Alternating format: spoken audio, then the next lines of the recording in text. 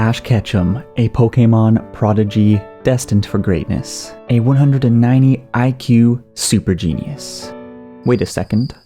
Wrong character. This guy is as dumb as a Dunsparce. A dumb Dunsparce. So let's rank Ash Ketchum's dumbest moments.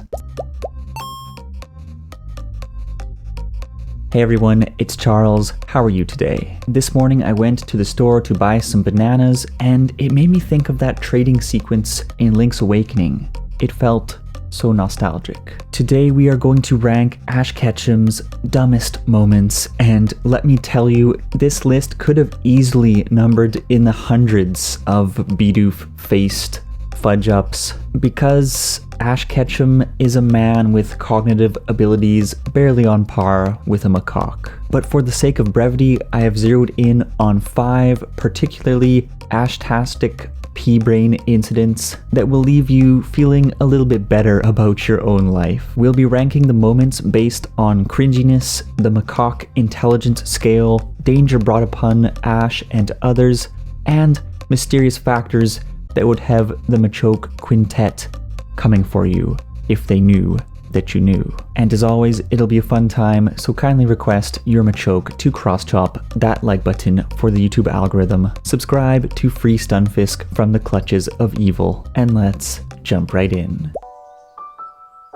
So before we get into the 4 horsemen of the Ashpocalypse, let's warm up with something mildly stupid that simply needs to be addressed, and that is Ash falling for Team Rocket disguises. Now, Ash is a man whose stupidity breaks out in familiar patterns, much like a recurring crotch rash. And being fooled by Team Rocket is a prime example of the stupids symptoms that just keep on coming back. Years and years go by, Team Rocket costumes come and go like transient lovers, and yet Ash still falls for them every shuckle-sucking time. He walks into these traps more easily than your grandma walks into mail orders for as seen on TV immortality creams, and at 200 plus Rocket costumes in, it doesn't seem like he's going to be getting smarter anytime soon. I mean, let's not discredit the boy too harshly. Those are some pretty incredible costumes. I can hardly even tell that that is James inside that pink Gengar. But after having his Pokemon stolen and his friends put in harm's way literally dozens of times, you'd think that Ash would have his eyes on the Night's Watch for that beautiful sweet potato hair, and his ears on defense against that sensual late-night adult hotline voice. But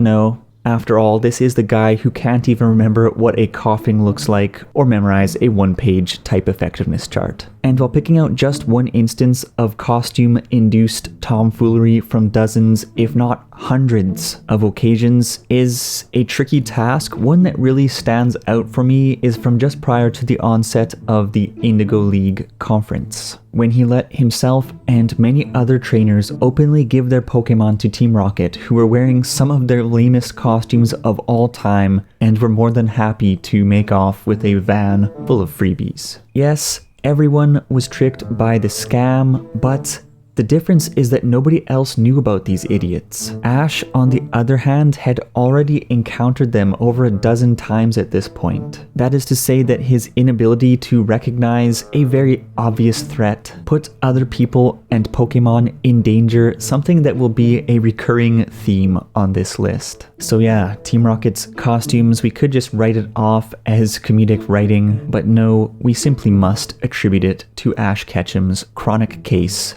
of the stupids. So the next moment involves Ash needlessly insulting women, but the dumb runs run much further than that. So during the Kanto League gym run, Ash, Misty, and Brock roll into Celadon City and end up at this perfume store where Brock does what Brock does, being a drooling perv who someone probably should have called security on, and Misty tries on perfume. Goodness me, I do hate shopping with women. And it's then that certified dinkaroo Ash Ketchum bursts into the store and without any provocation starts wailing to the customers to hold onto their money, since the store's perfumes are, without any basis for saying so, nothing more than stinky ripoffs. Bad move, Ketchum. Yes, speaking rationally, expensive perfume is a very superfluous purchase, a very foolish investment, right up there with designer bags and other things that other people piss their money away on. But it is arguably a tool that can give you an edge in the battle of the birds and the bees, something that Ash knows absolutely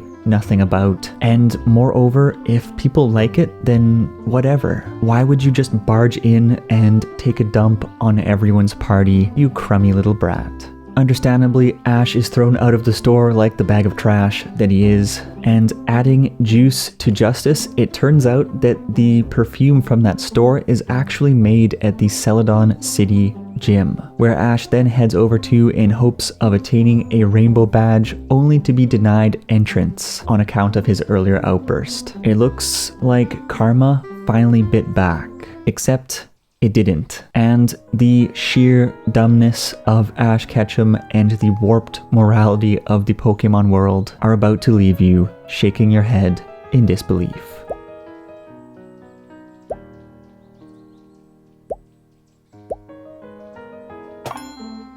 After being denied entry, our misguided Zero Ash Ketchum somehow arrives at the conclusion that he should enlist the help of Team Rocket, hardened criminals who've tried to hurt him and his friends in the past and who intend to rob the Celadon City Gym. In fact, they've already put their plan into motion and were caught and tied up by the gym's security. And so Ash does something that is not only mythically stupid but also borderline malicious by freeing Team Rocket, fully aware of their intentions and using them to sneak his way in by way of classic James tactics. That is quite the moral compass you've got there, Ketchum. As a result of his misdeeds, our selfish little prick of a protagonist actually does get his gym battle. But at the same time, Team Rocket succeeds in stealing a vial of perfume, or so they think, and as they blast their way out of the building, the gym goes up in flames, putting the lives of both Pokemon and people at risk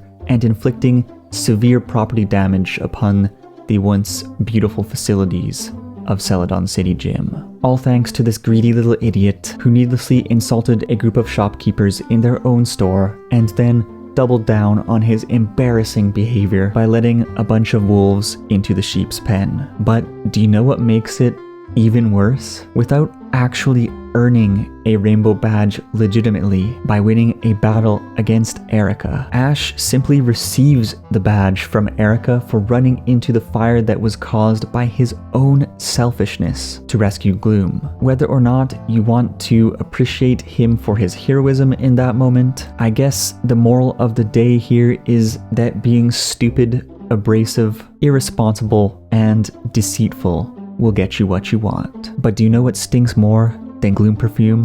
What stinks more than Gloom perfume is collecting pity badges only to get railed when your own ineptitude catches up to you in the Indigo League Top 16. Smell you later, Ketchum. The next moment is particularly egregious when it comes to the cringe factor, so buckle in. Yes, it is time to talk about Thunder Armor. What do you do when you find yourself in a doubles battle against two weirdos who are ready to whip your buns with Lunatone and Solrock? Of course, you send out an electric type and a flying type. Wait a second, that actually doesn't sound like a good idea. In fact, it sounds like it's about 10 rungs down the ladder from mediocrity, at least to the average trainer. But the average trainer isn't Ash Ketchum, who perplexingly leans on Pikachu and Swellow in this battle against two rock-type Pokemon, despite having access to both Corphish and Grovel at the time. But let's just ignore how stupid Ash is at the strategic level here, because what happens next is much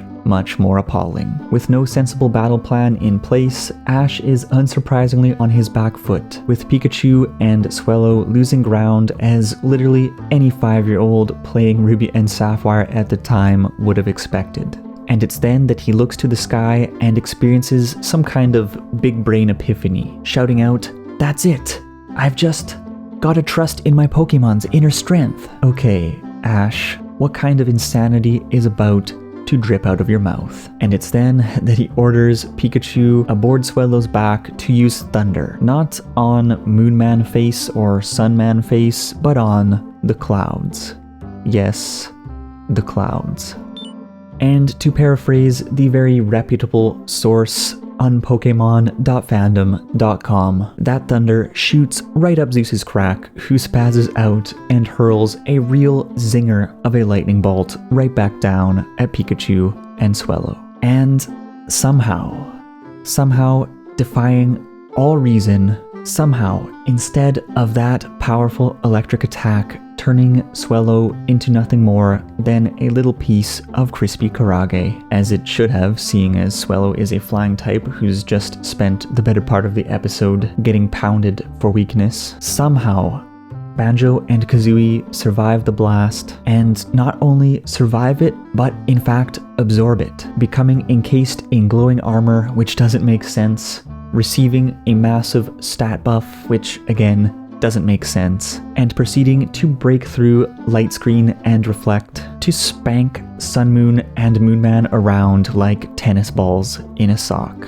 Brock, I think they're storing up Thunder's electricity in their bodies. Max, but Swellow's a flying type. Yes, Max, that is true. May, I know they want to do this for Ash, but couldn't this hurt them? Yes, it most certainly could, and in fact, it does. Twins, I can't believe that worked. Neither can anyone else. Everyone is shocked, but nobody has a logical explanation for what is happening here or why this incredibly stupid power play worked out. Regardless, not only was Ash's nonsensical Pokemon choices for the battle stupid and embarrassing, but his silly wonton cloud attack tactics put his Pokemon through so much unnecessary pain that could have been avoided had he been sharper as a trainer and made the right typing matchups to begin with. But as it is, yet again he is rewarded with another badge for being a walking cringe sponge and putting his friend's well-being in jeopardy. Yet again, Ash Ketchum, Luckbox, Gameshark, gobbling Ketchum, thinks dumb, thinks lazy, and gets the W for it. So the past couple dumb moments have been fairly complex and required a fair bit of explaining, but our number 2 pick is a collection of moments bundled into one that is rather simple, but puts the Ketchum unintelligence quotient on full display. As you've probably noticed in his consistently poor judgment with regard to Team Rocket and reckless behavior that infringes on the well-being of those around him, Ash Ketchum isn't exactly a guy who learns from his mistakes. This holds true when it comes to his own safety, and while Ash has had myriads of near-death experiences caused by a mixture of bravery and utter lunacy, there is one recurring pattern of stupidity that I find quite amusing. I'm talking about Ash Ketchum running at things. Dangerous things. Whether it be when Ash runs at Mew and Mewtwo's Crossfire, when he runs at an electric force field encasing a Moltres, when he runs at legendary birds while they're in the midst of an explosive battle, or whether we are talking about any of the other times when he's checked his brains into Bill's PC and went full lemming on us. Ash could have easily died in any of these dumb dashes, but like a fly repeatedly bouncing off of a lamp light, he just can't seem to help himself. In all honesty, natural selection probably should have eliminated the Ketchum bloodline years ago, and you have to wonder if perhaps he inherited this running syndrome from his dad, which would be why, well, yeah, that would certainly explain a certain character's absence in the anime. At the end of the day, what I want to say is just, kids, don't be an Ash, don't run at dangerous things. It is a very stupid thing to do.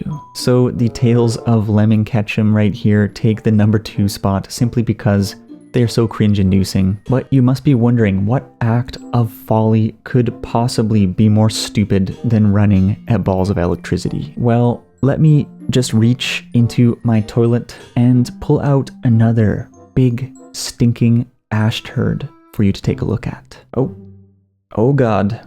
A moment from black and white. What do you know? This simply cannot be good. And yes, we are about to talk about Paliptoad. So let's wind the clocks back to the battle with Elesa. Ash's 4th gym challenge in black and white, and a gym battle that was a stinker among stinkers. Prior to the battle, Ash spends countless hours thinking up his strategy.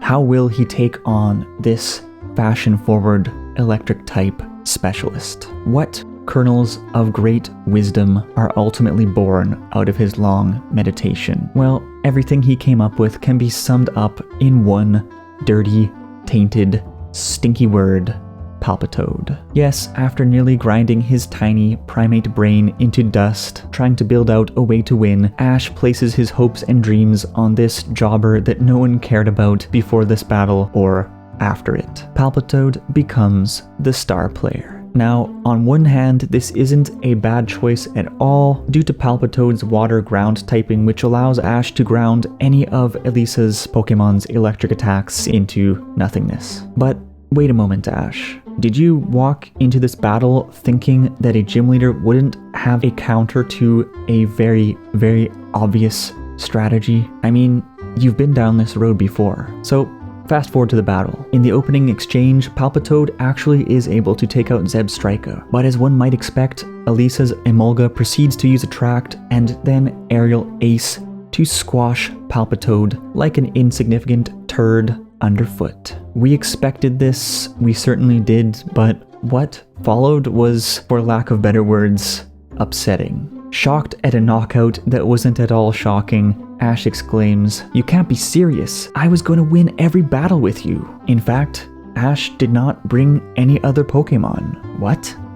You were so simple-minded that you only brought Paliptoad? You walked into a 3-on-3 gym battle with just one Pokemon, you inept sack of garbage? Of course, the referee has had just about enough of this stupid kid at this point, and is about to DQ him when Ash actually runs away from the gym to retrieve more Pokemon, which is completely ridiculous. Is he even allowed to do that? He probably should have lost right there, but somehow he's allowed to continue this disgrace of a gym battle. And being the super genius that he is, he comes back with just one Pokemon instead of the 2 that he needs. Holy moly. So he sends out Snivy, and things continue to break down into an outright circus, as Ash squanders his initial window of opportunity by having female Snivy use Attract on female Emolga, who was very clearly established as a female just moments earlier when she effectively used Attract on Paliptoad. How did you forget this, Ash? So the attack is completely ineffective, and long story short, Emolga proceeds to push Snivy's head into the dirt and finish it off with a super effective Aerial Ace. Which begs the question, Ash, you knew what you were up against and you had time to actually leave the gym and get a different Pokemon. Why did you choose Snivy to go up against a flying Pokemon who just knocked out your previous Pokemon with a flying type attack? It doesn't make sense. This boy's whole game plan for the match was to utilize type effectiveness to his advantage, and yet he ends up putting out a Pokemon that turns the type advantage into his opponent's favor, despite being given leeway to more or less cheat and grab whatever he wanted to bring in.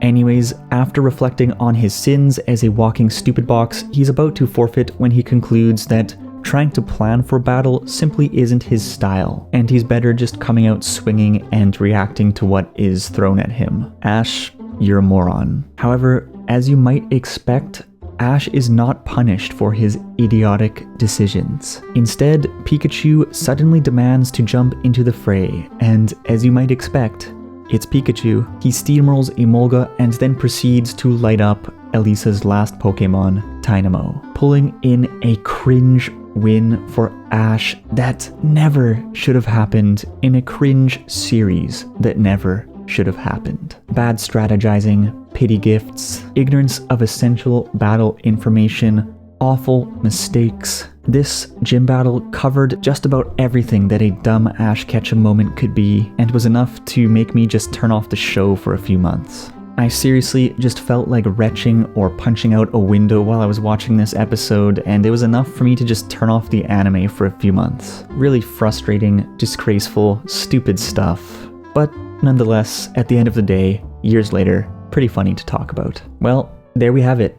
Ash Ketchum's dumbest moments ranked. Ash has certainly improved in recent years, fortunately, although he does do some pretty goofy stuff from time to time. But I have to ask, how about you? In your mind, what are Ash's dumbest moments of all time? What did you think about the ones that made it onto this list? And what is your favorite Team Rocket disguise? I'm curious what you think. Well, thank you everyone for tuning in. I hope you all have a very healthy, happy, and safe week. Do follow me over on Twitter for some good Pokemon, anime, and game talk. And as always, let's chat.